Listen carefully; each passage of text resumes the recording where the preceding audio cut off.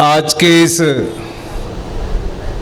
बहुत शानदार और बहुत कामयाब ईद मिलाद प्रोग्राम में शरीक होकर मुझे बहुत खुशी हासिल हो रही है और यहाँ मंच पर और पूरे प्रोग्राम में जो लोग शरीक हैं, जो दिल से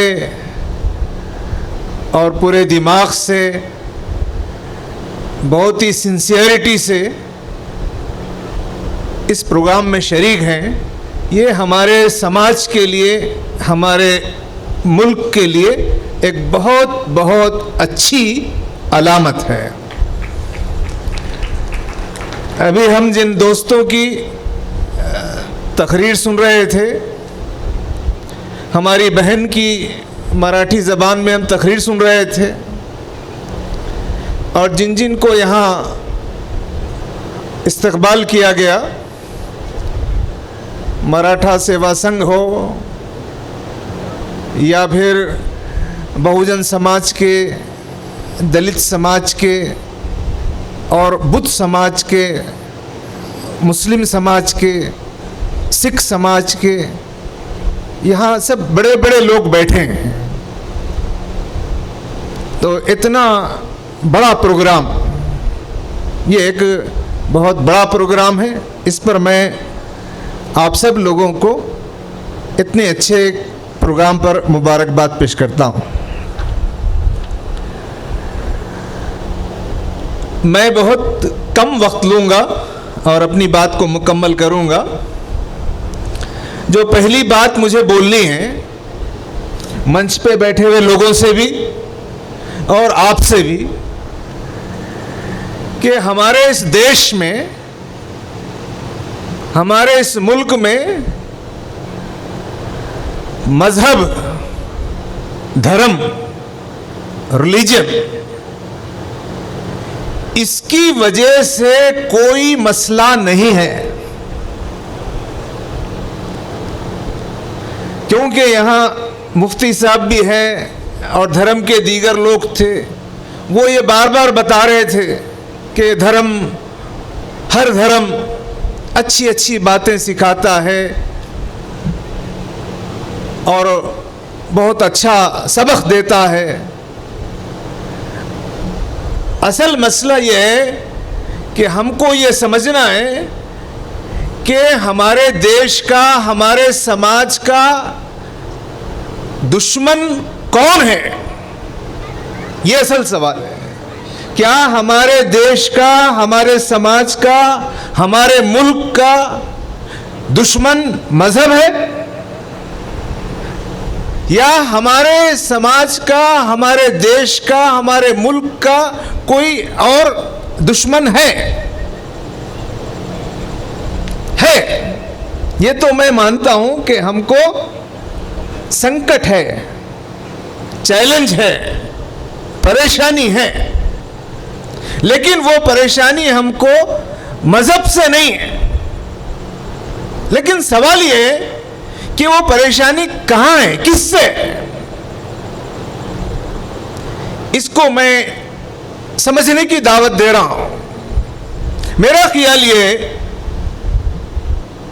मेरी बात, मैं जो हमारे अभी स्पीकर थे उनका जो रिसर्च है और उनका जो बयान है, मैं बहुत इम्प्रेस्ड हुआ हूं सर, बहुत अच्छा। ज़रा एक बार उनकी हाँ, मैं बहुत इम्प्रेस हुआ हूं। लेकिन मेरा समझना यह है कि हमारे देश में जो हमको परेशानी है वो कुछ वेस्टेड इंटरेस्ट के, कुछ खास लोगों की, वो बहुत थोड़े हैं लेकिन बहुत ताकतवर है। उनकी एक खास आइडियोलॉजी, उनका एक विचारधारा है। उस विचारधारा की वजह से देश के सब लोगों को यहां तकलीफ है। वो इस मुल्क में क्या चाह रहे हैं? वो इस मुल्क में एक कल्चर, एक लैंग्वेज, एक तहजीब, एक मजहब यहां लाना चाहते हैं। क्या यह सही है? असल झगड़ा यह है, ना झगड़ा मुफ्ती साहब से है, ना झगड़ा ज्ञानी साहब से है, ना झगड़ा पादरी साहब से है। झगड़ा यह है कि यहां संघ परिवार, यहां जो सावरकर के, यहां जो गोलवाल करके, यहां जो उस आइडियोलॉजी के लोग हैं, उन्होंने इस मुल्क में एक खास कल्चर को, यूनिफॉर्म कल्चर, यूनिफॉर्म आइडियोलॉजी, हमारा देश वो डाइवर्सिटी का है। यहां दलित समाज है, यहां क्रिश्चियन समाज है, यहां आदिवासी समाज है, यहां सिख समाज है, यहां मुस्लिम समाज है, और मुस्लिम समाज में भी कई समाज हैं, दलित समाज में भी और कई समाज रह सकते हैं, लैंग्वेज है। तो देश को ये जो विचारधारा है, ये सही है कि हम मुसलमानों को, हमारे भाई ने कहा कि डरना नहीं है, मुसलमानों को डर या मुसलमानों को चैलेंज है, ये बात सही है। लेकिन मुसलमानों से ज्यादा इस विचारधारा से किसी को चैलेंज है तो वो देश की फ्यूचर को चैलेंज है। ये बात समझना पड़ेगा। यहां बैठे हुए मुसलमान भी समझे, यहां बैठे हुए देश के सब लोग समझें। मुसलमानों को चैलेंज है, मुसलमान बहुत परेशान है, ठीक है। मैं चाहता हूं कि मुसलमान भाई भी ज्यादा परेशान ना हो, उनकी तकलीफ भी हमको मालूम है, लेकिन उससे ज्यादा तकलीफ वो इस देश का, ये देश की आइडेंटिटी को चैलेंज है। हमारे देश की, समाज की आइडेंटिटी क्या है कि ये सब मजहब के लोगों का, सब जबान बोलने वालों का, सब मजहब वालों का, सब कल्चर वालों का, और उन्होंने अपने कल्चर पर आजादी के साथ अमल करते रहे, और वो सब मिलकर ये एक देश है। ये एक देश एक मजहब वालों का नहीं है। अब यही बात वो कह रहे हैं। मैं हमारे गैर मुस्लिम भाइयों से, स्कॉलर भाई से, मैं और एक बात ये कहना चाह रहा हूं, मैं बहुत कम वक्त में लूंगा। डॉक्टर अंबेडकर साहब, महात्मा फुले साहब, पेरियार साहब, साहू महाराज, आखिरी दिनों में कांशीराम साहब, मुल्क भर में जिन लोगों ने मेहनत की, उन लोगों की मेहनत को भी ये पानी फेर देंगे। इसलिए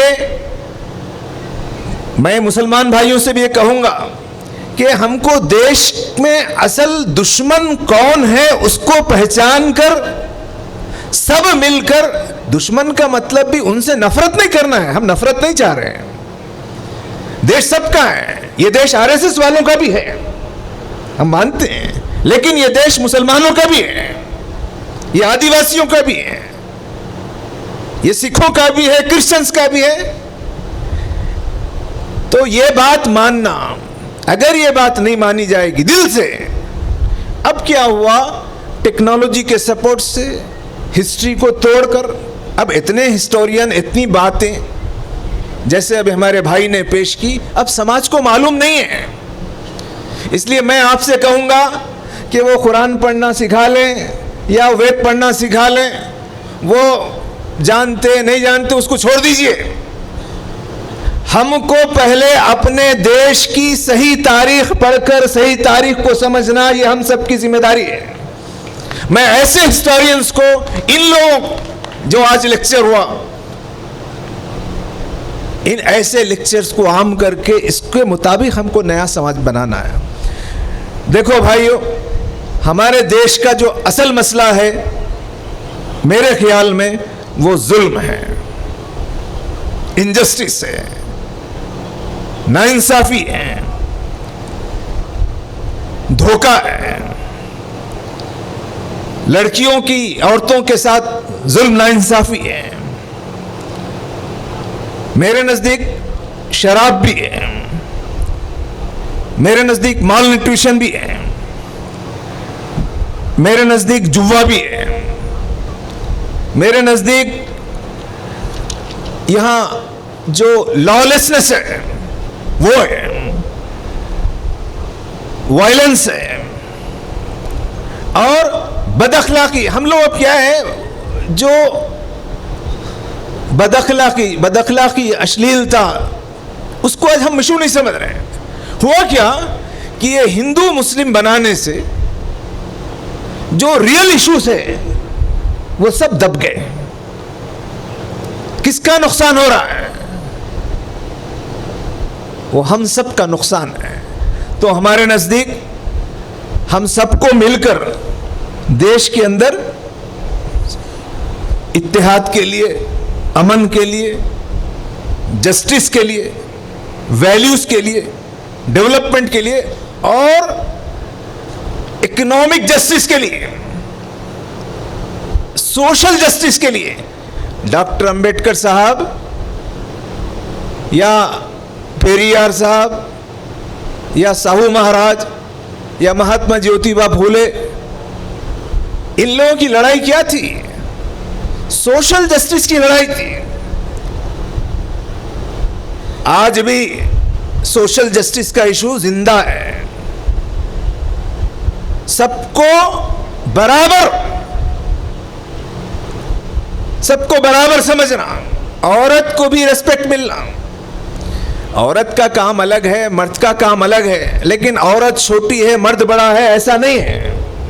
औरत इंसान है, मर्द भी इंसान है। इंसान होने की हैसियत से सब बराबर है।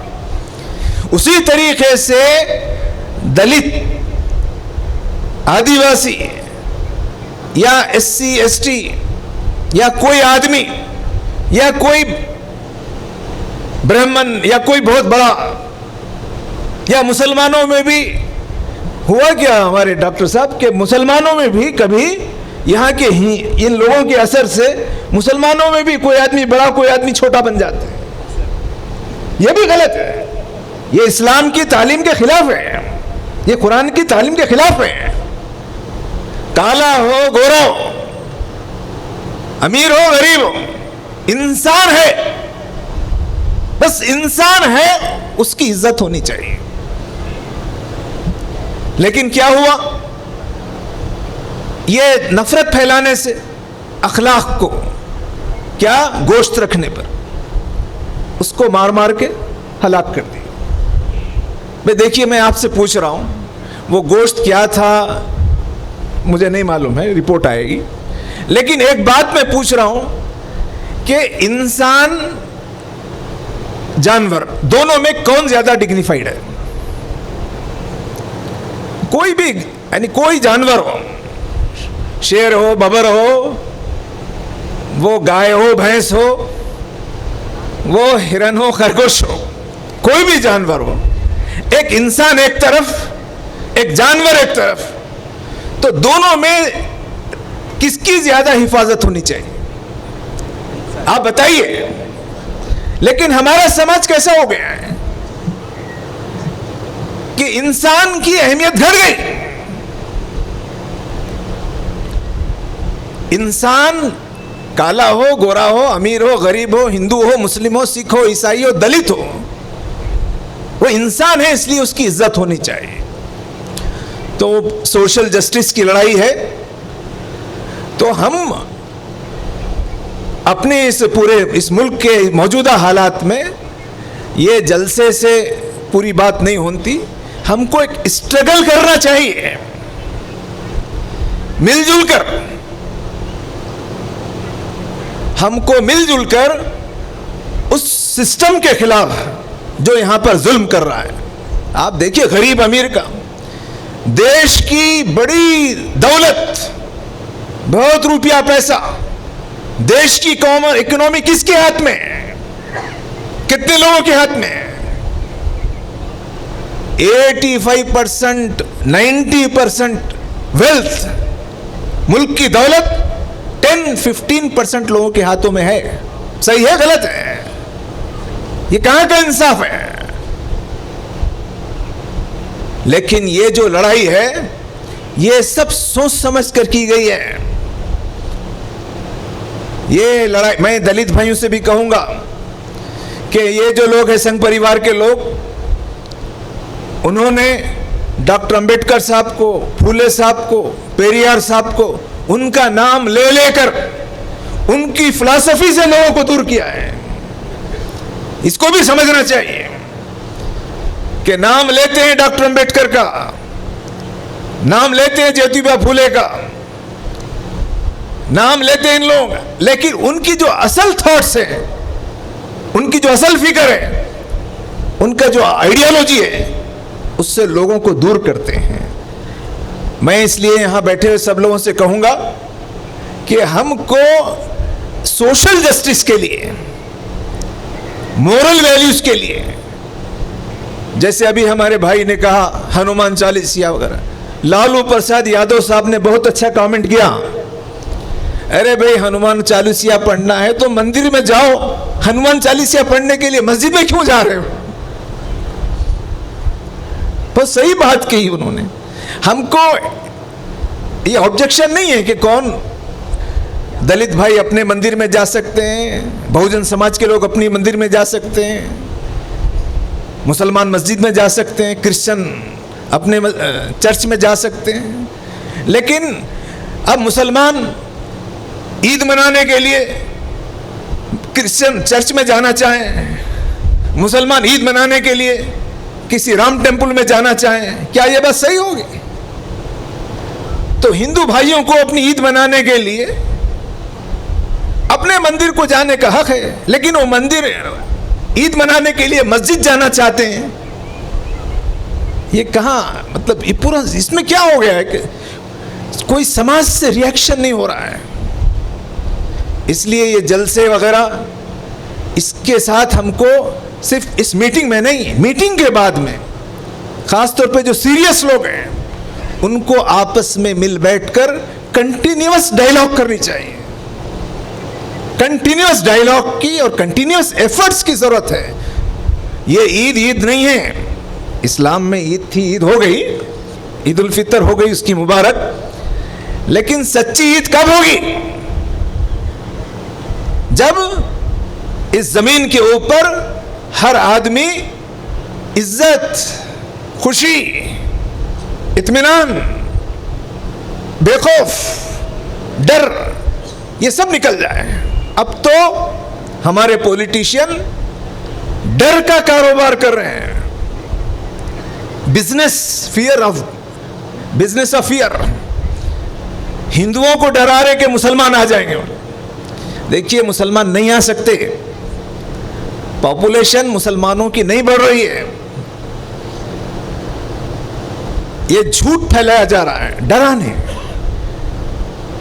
और मुसलमानों को डरा रहे हैं कि आरएसएस या वो जो पूरा। मैं दलित भाइयों से कहूंगा, ये बहुत खतरनाक लोग हैं। ये जो भी रिजर्वेशन, जो भी फैसिलिटीज हैं, अगर इनको फुल पावर मिल जाए तो ये पूरा रिजर्वेशन का पूरा सिस्टम खत्म कर देंगे। तो ये देश के हक में, देश के लिए वो ये कह रहे हैं कि देश का दुश्मन मुसलमान है।